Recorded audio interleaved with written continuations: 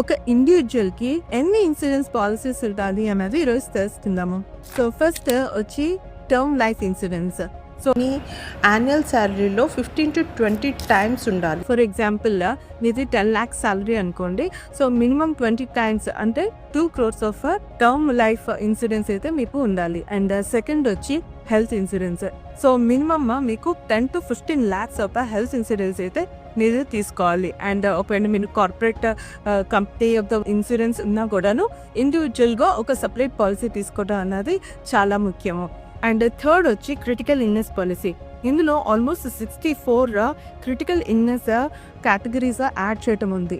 Majorly like cancer లాంటివి కూడా. So where crores of rupees మనకి ఖర్చు అవుతూ ఉంటాయో ఇలాంటిది just 70 rupees premium per day చొప్పున మీరు 1 crore పాలసీ కవర్ తీసుకునే అవకాశం. సో ఇలాంటి ఇంట్రెస్టింగ్ కంటెంట్కి మా పేజ్ని ఫాలో అవటం మర్చిపోకండి.